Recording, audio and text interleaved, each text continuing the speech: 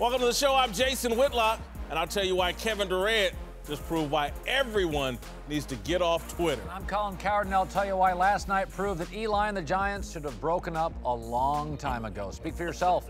On a Tuesday starts right now. For some reason, I didn't hear Ben McAdoo in that opening, Colin. Ben McAdoo. There's a reason. It's not Benny's fault. Hello and welcome. We're joined today by Fox NFL analyst and future Hall of Famer Tony Gonzalez and a current Hall of Famer in Eric Dickerson.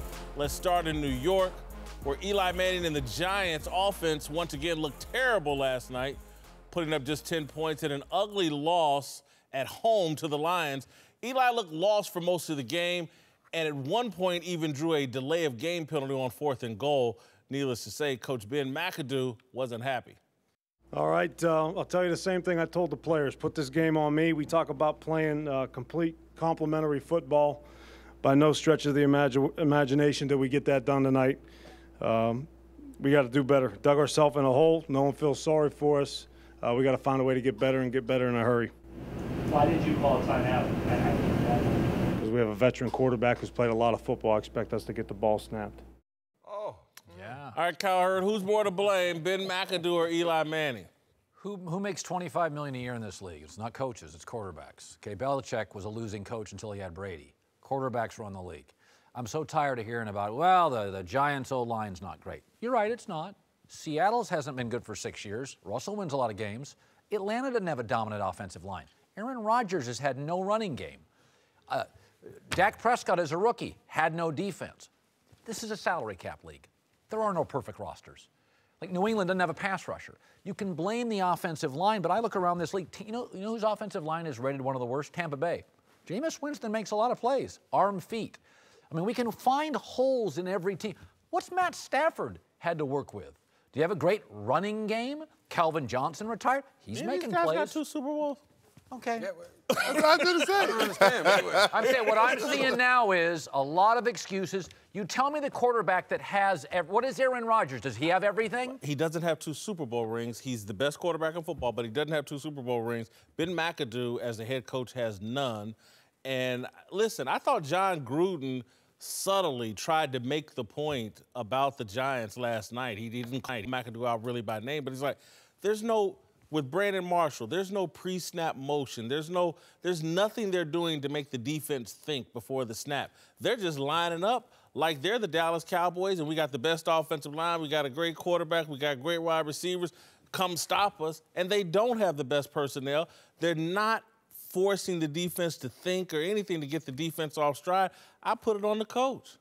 It's got to go on the coach. He's the general. He's your leader. He's the guy. You know, the quarterback's on the field, but all the plays come from the sideline. Right there at the goal line, they should have been on the same page. You have to have, all right, if we get in this situation, you have situational play. If you get on 1st and 10, 2nd and 10, on the goal line, have a play ready. Right, not have to, okay, let's try to rush it up. They're going for it. They're going for it on 3rd down, third and goal. We're going for it. You have to have plays ready right now. You know, and I blame the coach and the quarterback. I think both of them take some of the responsibility. What happened to this? Is a concert. Football is the ultimate concert. You got the trombones, you got the guitar, you got everything coming together, it all to make this music. So I would never, ever put it off on just one person. Somebody might get majority of the blame. Right there, I would say, hey, I agree with them. That's your quarterback. That's your veteran Hall of Famer, potentially Hall of Fame, Eli Manning. Come on, get the playoff. Do something to get us in the right position. But, I mean, Odell Beckham, Brandon Marshall, the offensive line, I think everybody has to get blamed. Somebody's has to go out there and take the responsibility. Let me throw this out. So the new collective bargaining came out. And the one thing most people agree on is offensive line play has deteriorated post-CBA because they don't practice as much. The 3 young quarterbacks we all kind of like are Wentz, Dak, and Carr. They have the 3 best offensive lines. Is that about 8 to 10 offensive lines in this league are lousy. And Eli's the least mobile guy with a bad offensive line. So again, who's to blame? Well, you can go upstairs to the GM. You can go to the CBA. But this marriage here, this concert, you need, unless you can go on the free agent market and upgrade that O-line, Eli and that O-line, it's a bad mix. But Kyle, I'm sitting here watching the game, and I-74, Eric Flowers, he's a highway to the quarterback. They're not giving him any help. Again, you got to chip the dude. And this is like one of the craziest things I experienced as a college player is I had to play against Joel Smingy one game. He's a 10-year, 12-year NFL veteran, retired as the Jaguars' leading sack guy. They left me on an island with the guy the entire game, and we lost the MAC championship because of it. It was bad coaching. That was bad coaching last night. Leaving Eric Flowers. You've seen it week after week. You saw it last year. You saw it this year. You know the guy can't be left out there one-on-one, and they kept doing it, and it was crazy. That's not on Eli. They're right. What is on Eli? What's on Eli is his age, a bit of his inaccuracy. But look, when the game was in doubt, he dropped a dime on Brandon Marshall that could have changed field position and changed the game. Brandon Marshall dropped a pass. I agree with you. First of all, who's Joe Smingy? Never heard. Okay. You played again. Okay. But I'm sorry, Joe Smingy. Let me tell you, quarterbacks, offensive line. If he's the Hall of Famer guy too, then that's up to him. This is where I say, and this is one thing that I always, when I was playing with Matt Ryan, like it is your team, it is your offense, you're the face of that franchise.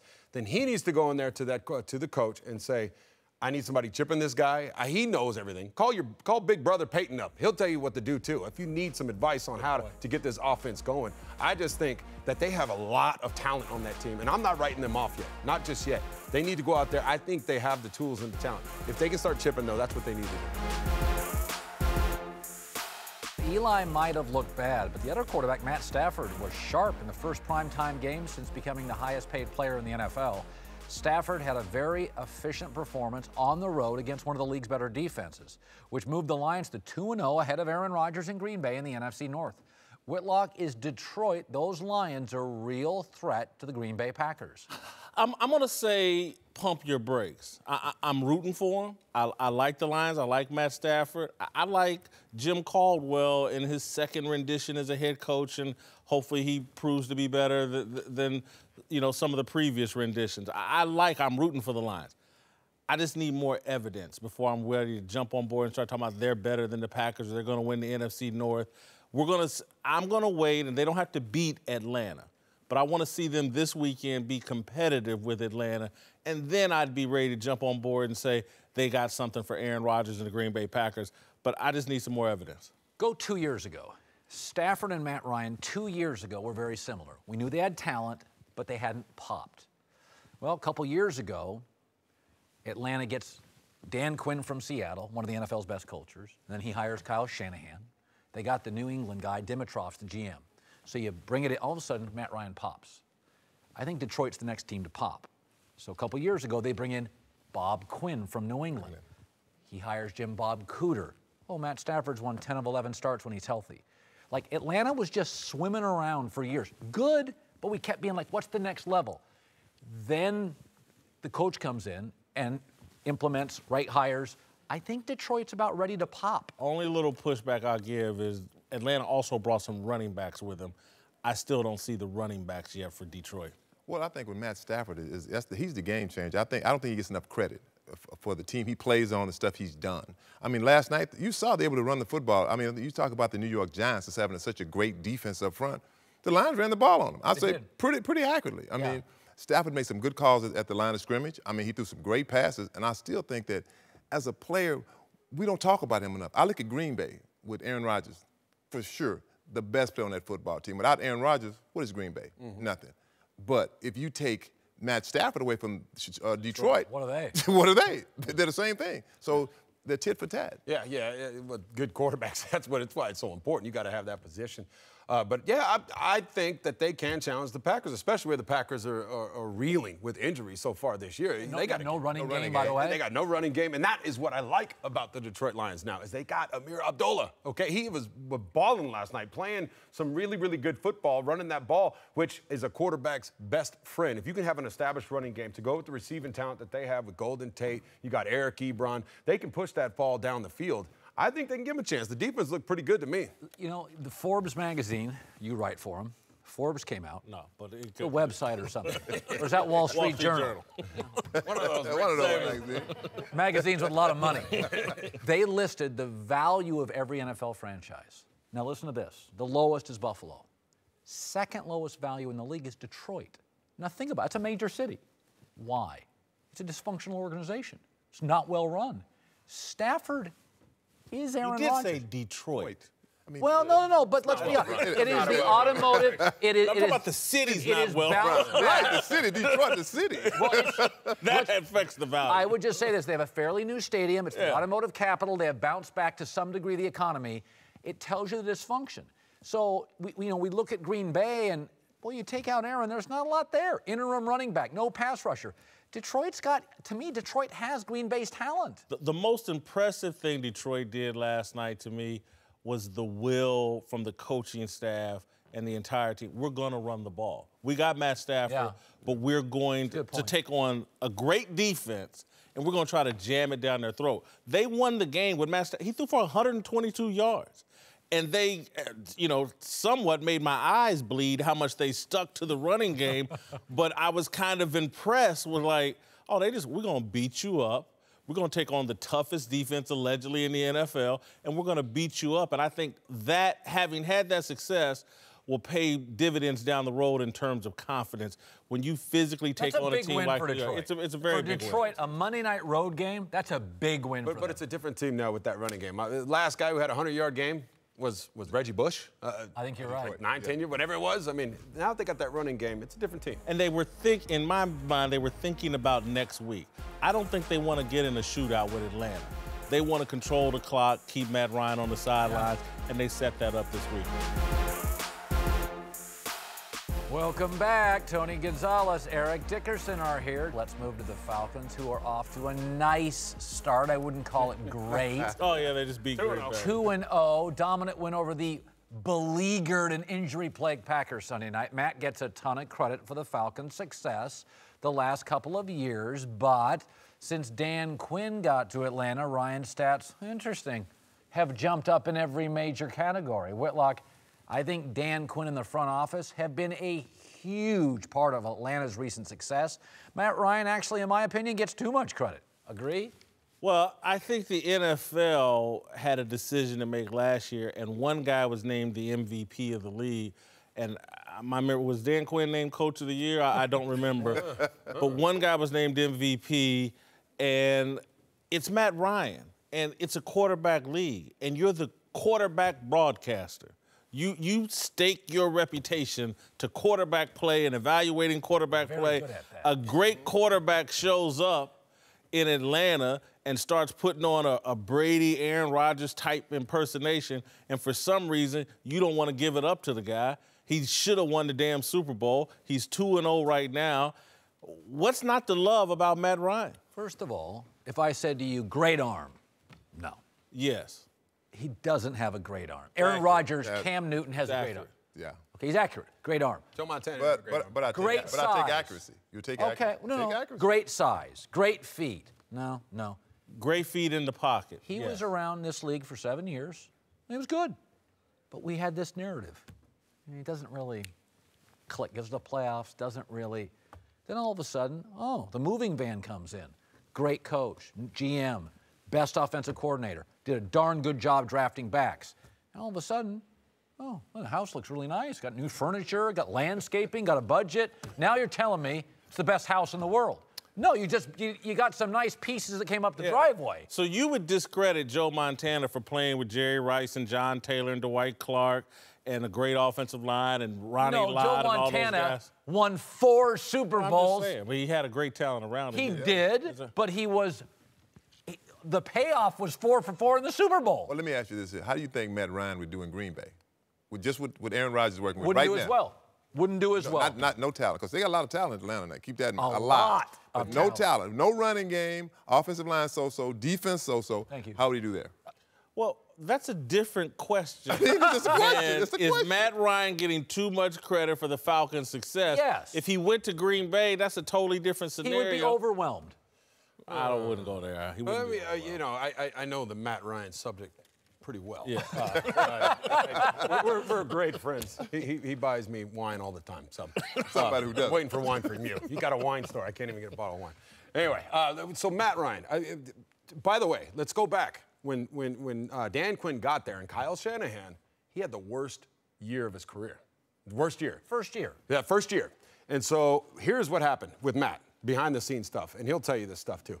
He went out there, went to go see Tom House, the guy, the quarterback guru. Yeah. It changed everything here. Mechanically, he always had that. He's sneakily, I don't know if that's a word. Athletic. Athletic. He's got the arm. He's got the. He had everything. He's incredibly smart. But for whatever reason, he couldn't get over a hump, and it was a mental barrier that Tom House brought out of him. He bounced back, had the best year of his career, MVP last year. So I like the house analogy, but I'm telling you, that house was big and beautiful before. It was there. The foundation was set. They just came in there and they did put some trees around him, Julio Jones, they put the running backs. But Matt Ryan is, first of all, he's a quarterback, so he's going to get all the credit. Just like if they start losing, you're going to start blaming him. He's going to get all the blame. That's just the nature of that position. Okay, I like him. I just bristle. I think you nailed it. There's Bucky Brooks was on the other day. Yeah. And he said, you're either a truck or a trailer. You're either pulling people or they're pulling you. Now, obviously, Andy Dalton's a trailer. That team pulled him up. Obviously, Aaron's the truck. He's pulling the team. Matt's somewhere in between.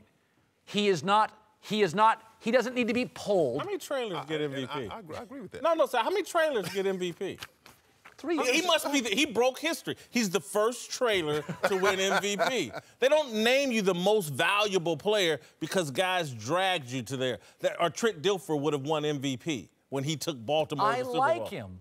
You're the guy on the show that always says this. Oh, my God, you're blowing so much smoke on everybody. I do it once. The man won the MVP, had his team, should have won the Super Bowl if Kyle Shanahan had just called a run play or two.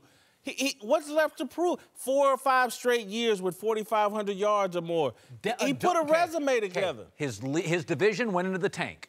Carolina, Tampa, and New Orleans were all sub-20. You know what puts you in the tank? What? A better team in your division. That's why New England has put everybody in the AFC in the East in the tank. Atlanta shows up, this great team. That puts your division in the tank when you got to play them twice a year. I'm being marginalized. I like Matt Ryan. I like him. Did he deserve MVP? Hell yeah. Did he deserve MVP? Did Russell Westbrook. MVP, Did he he was deserve good. Now you go to basketball. Did he deserve it? Did he He deserve didn't it? do a triple-double. He was very good last year. Do I think agree. he's the most? I think he was very good. He was very good last year. He is surrounded by a remarkable. Third best quarterback in the league right now, after Brady I would and Aaron say Rodgers. closer to 7, but again, timeout. I didn't say 20. Closer to 7? what? The man's the MVP of a disagree team with that's that, man. undefeated. Dude, if you were the 3rd best looking human on the planet or the 7th, it's just a matter of eyebrows. It's inches. There's only 32 people on the planet. That's how many starting quarterbacks there are. I need to be in that top 3. Welcome back, Eric Dickerson, Hall of Famer, joined now by the founder of the Big Lead, Jason McIntyre. Let's move to Dallas, where the Cowboys have some things to figure out after getting smoked by the Broncos on Sunday. That game was a disaster for Ezekiel Elliott. They didn't run. He had more rushes than yards, got caught on tape giving up after a Broncos pick. Here's Jerry Jones on Elliott's lack of effort. I think you can point to Zeke, but you really have to look at the general effort to chase that ball down by most of the people that were on the field. Dak now, of course, gave it everything he had to try to contain that interception, but still, you look at it across the board and you'll see more effort. You'll need more effort than what you see. Whitlock, you have an issue with Jerry basically saying Zeke's lack of effort's no biggie? I'm the information minister for Jerry Jones. I'm going to defend him. Look, I think what Jerry is aware of is that Ezekiel Elliott, because of the issue with Roger Goodell, because he feels like he's been mistreated, he's emotionally spent. Yeah. And he feels sorry for himself, feels like he's been mistreated. You can tell him, hey, get over it, and I'm sure people are telling him privately, get over it.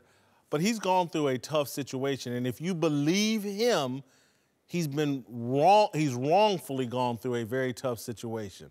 Jerry believes Zeke and believes he's been wrong, and he feels sorry for him, and he thinks the guy's emotionally spent, and so he doesn't want to pile on in this situation. I completely agree with you. That's one thing. I think Jerry senses this kid is immature.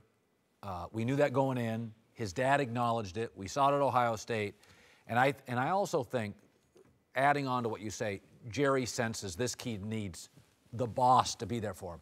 I also think Jerry's got a little bucket list thing. He hit 70. He's taken huge risks on players. And I think he sees Emmett and Zeke. And he said, last time I had a guy like that in the backfield, we won 3 titles. And I have had to wait 20 years for the next Emmitt Smith. By the way, Troy struggled. Then Troy got Emmett, and Troy was great. And he had so I think, to your point, yes, and I think he sees Emmett and Zeke, this once every 2-decade transformative Hall of Fame back, and he's like, I'm not going to lose him. I'm going to put my arms around him. But at the same, go ahead. Everybody's beating up on him. Look, every player that's played any sport, I don't care what the sport is, has done that. You know, have like, man, Take some plays off? Yeah, of course, you never do. saw me play. Man, you took plays off. Everybody, I mean, you know, one thing is you don't want to make their highlight tape either. Let's say he'd have chased the ball down. All of a sudden, somebody takes him out. On the next day, woo, run it back. I want to see him hit it. Man, he was out of the play. He got up. Des Bryant didn't get up. He didn't make a great effort toward the ball out. He was closer. I mean, it was his ball that went through his hands. So, look, I'm not saying it's right by no means, but I understand it. Yeah. I've done it. All players, you know, you just everybody's taking that play out. But he plays for the Dallas Cowboys. Yeah. That's the difference. And, Eric, you can speak to this. Here's how I look at it, okay? He was frustrated in that game. Worst game of his career. Why is Dak Prescott throwing 50 passes, career high, against the best secondary in the league at altitude after there's been an hour layoff? He was clearly frustrated. I got a great stat for you, Eric. Ezekiel Elliott led the league in 20-yard carries last year, okay? He doesn't have one this season.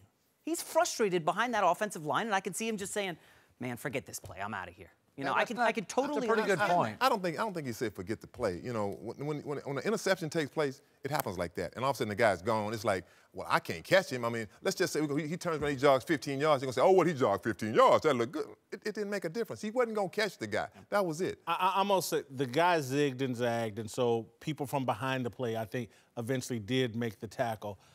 That were closer to the play. Closer, right. Yes. But the other thing is, also remember, they've illegalized the crackback block. If he's behind the play, you just can't come back and get those knockout shots like you used to. That don't mean they don't do it. I understand. So, listen, I'm not going to defend what Zeke did. I'm going to defend Jerry for defending him because, again, Jerry's bought into the narrative that Zeke has been wrong. I don't know if Zeke has been wrong. I'm just talking about what Jerry believes. And whether he's been wrong or not, I guarantee this kid's, you don't want to speculate, but this is the kind of thing that leads to depression issues. And then so if the owner jumps on your back too, when your coaches and your teammates already have, I just think Jerry's role with this team and these guys that are in trouble is the support. Immaturity plus a public life, it's gasoline. I mean, immaturity is tough if you live in a one-bedroom apartment. I'm immature, and I'm the face of the Dallas Cowboys. I think Jerry completely senses that. And what about this? Jerry has seen divas before. Terrell Owens, Michael Irvin, even Des Bryant. I don't think he believes, oh, man, this guy quit on one play. We got a problem here. No. Jerry does understand the diva. He does. Look, and he didn't quit in that game. I mean, just one play. He still ran the ball hard. He blocked hard. So, I mean, I'll say it again. Every player, all you players out there, you know you took a play off. 2, 3. You took some plays off, so let's just get over it. All right, welcome back to the show. Seth Joyner and Jason McIntyre back. Let's move to Kevin Durant, who got into some hot water this week when he tweeted out some criticism of the Thunder and former coach Billy Donovan and spoke in the third person, which caused speculation that he meant to send the tweet from a dummy account used to clap back at his critics. Durant didn't admit to using a fake account, but did apologize for the tweets today. I don't regret clapping back at anybody or talking to my fans on Twitter. I do regret using my former coach's name and that former organization that I played for. That was childish, that was idiotic, all those type of words. I regret doing that, and I apologize to him for doing that. Carter, are you surprised that Durant admitted this? I am kind of. It's kind of refreshing. Yeah. He's got kind of rabbit ears, and then he just owns stuff. Kevin's a really interesting guy. He really is. He's not as angry or defiant as a Kobe or an MJ. He's not as cryptic as LeBron. He makes mistakes. He owns up to them. He's a very likable guy. Yes. I like the fact that he owned this. Yeah. But to me, what it just proves, it proves the inauthenticity of Twitter. Because in order to say what he really thinks, he had to create a fake account to say what he really thinks. That's a good point. He has to be fake in his real account, and there's this kind of fake account, and it's widespread throughout Twitter. No one says what they really think other than a few foolish people like myself, and you get in trouble for it. You don't get in trouble on social media, do you? Yeah, for saying what I really think, yeah. I'm disappointed you guys love this because I do as well. Like, we forget, Kevin Durant's 28. He basically grew up in his whole adulthood with social media. Yeah. And you'll know these guys that have their phone attached to their hand everywhere they go. It's impossible for them not to comment. Yeah. I love the fact that he owned it. We see LeBron James. We love LeBron. He's gotten coaches fired. He's had players moved around, on off the roster, never owned anything. Like Probably Kevin has a Durant, fake Twitter account, he too. might have a fake. But I mean, Seth, I love this so much. People just bashing Durant online. I don't get it. I don't care whether he admitted it or not. I just like the fact that honesty came out. That he said what he really felt and what he really thought. Because when he exited OKC last year, everyone was wondering why. Okay? Now we know why. He's made it clear. Now, I mean, he might have missed that. Coaches and the, Yeah, I mean, he's made it very clear. It's very evident why he left, despite his because the apology is about being politically correct. What he thought and what he tweeted, what he said, he meant that. By the way, do you think he maybe wanted to get caught? No. That he wanted to actually finally support Russ? He was tired of the Russ kid? No. I think having sent tweets to the wrong person or not tweet, text. Like, oh, I'm thinking about one person, and then you end up. I've done that. Everybody, I think he made that mistake. Thought he was sending a DM, thought he was on one phone or whatever. I think I don't think he wanted to get caught. But again. He's the only American superstar, I would argue. He's the only one in any sport that plays this game. Yeah, nobody else engages. Tom Brady doesn't engage with anyone online, right? LeBron does not engage. He really is. Kyrie Irving doesn't. And I respect that. I mean, you kind of have to. As a current player, there's something for him to lose to engage in that way. I'm a retired player. I engage my Twitter followers all the time. And I put a tweet up a couple of weeks ago. Look, if you come sideways at me, I will crush you.